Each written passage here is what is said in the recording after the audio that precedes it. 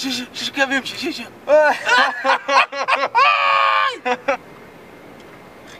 اتقوا الله يا اخي عشان اعرج يا اخي خاف الله يا اخي. شوف نتكلم يا اخوي وش مسوي فيها مطوع يا اخوي رب دقنا اول شيء بعدين تعال تتكلم لا تسوي لي فيها مطوع ولو يا اخي يا رجال اسكت يا اخي الله يرضى عليك رب دقن رب دقن وقصر ثوابك لا تسوي فيها فهم على راسي يا اخوي مسوي لي فهم على راسي يا اخوان صلوا على رسول الله اللهم صل. هذول يطقطقون على واحد اعرج كان يمشي جيت نصحتهم يقولون عشان ما معك دقن وعلشان ما ادري وشو وما ادري ايش الديكور يعني لازم الواحد اللي ما معه دقن تمام ما ينصح الا بيض الله وجهك الدنيا واخره. اسال الله ان يحرم وجهك على النار. يا اخي النبي صلى الله عليه وسلم يقول من راى منكم منكرا فليغيره بيده، ما قال اذا انت مطوع ورايت منكر فغيره. ليس بالضروري ان الانسان لابد انه يكون مربي لحيه ومقصر ثوبه علشان يامر بالمعروف وينهى عن المنكر، فهذا الله يجزاه خير، يعني احب لك المصلحه فنصحك. ولهذا في الحديث كما روي عن النبي صلى الله عليه وسلم ان الله سبحانه وتعالى يقول لعبده اما رايت المنكر لماذا لم تنكر، او كما قال النبي صلى الله عليه وسلم. ثم المساله الثانيه بالنسبه انت دخلت في غيبه رجل، والغيبه اذا كان ادنى الربا درهم من الربا كان تنكح امك تحت ستار الكعبه، كان تزني بامك. واربى الربا اعلاها الغيبه. فانت الان دخلت في غيبه. الشيء الثاني يا اخي في حديث النبي صلى الله عليه وسلم مع عبد الله بن مسعود وهو كان يقطع مسواك للنبي صلى الله عليه وسلم اراك، فضحكوا الصحابه من دقه ساقيه.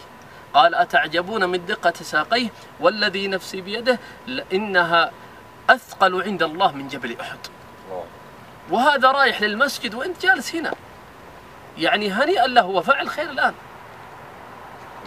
فالله يا اخوان واجب علينا كما قال الشيخ الاسلام ابن تيميه كما قال بعض اهل العلم، واجب علينا صاحب المنكر وهو مع صاحب منكر كل واحد منهم ينكر على الاخر، وواجب ان يرتدعون كلهم، لاننا من امه محمد صلى الله عليه وسلم الذي قال الله فيها كنتم خير امه اخرجت للناس تامرون بالمعروف وتنهون عن المنكر، ولن نكون من امه محمد صلى الله عليه وسلم الا اذا امر بالمعروف ونهى عن المنكر. الله يسعدنا وياكم يا اخواني. اول شيء غض النظر عن انه اعرج ولا غير اعرج، انت في كامل قواك الان، في كامل قواك الصحيه. الله خذ منا قدمه يعرج بها ما يمشي زين، فانت تمشي بقدميك وهو رايح المسجد وهو يعرج، وانت جالس ما راح تصلي وتضحك وتستهبل. الله اعطاك البصر غيرك محروم كفيف، الله اعطاك اليدين غيرك ما يقدر يقلب المصحف. احنا نستهزئ. فيا اخواني لابد ان الواحد يرجع ويرجع حساباته مع من؟ مع الله اللي انعم عليك. نعم يا ايها الانسان ما غرك بربك الكريم الذي خلقك فسواك فعدلك في اي صورة ايش؟ ما شاء ركبك. الله احسن صورة.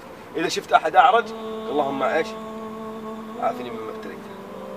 الحمد لله الذي عافاني مما ابتلاه. والله يا اخواني ابشروا بالخير. الله يسعدنا وياكم دنيا واخره وييسر امركم ويرزقكم الفردوس الاعلى. الله يجزاك الله خير. استغفر الله العظيم. ان شاء الله انه سامحني يا رب انه يسامحني. بيض الله وجهك وبعد بيض الله وجهك. شكرا لك. الله يجزاك الله. شكرا. الله يسعدنا وياكم. احنا حبينا نوصل لكم رساله يا اخواني واخواتي الغالين. هذا مشهد بسيط، كثير من شبابنا وبناتنا من شاف احد مبتلى بمرض يستهزئ فيه. اسال الله عز وجل من نشر هذا المقطع، اسال الله عز وجل ان ينفع به ونجعل هذا المقطع حجه له ليس عليه. الله يسعدنا وياكم يا غالي. انشر الخير لمن؟ للغير تكفى. الله يسعدنا وياك.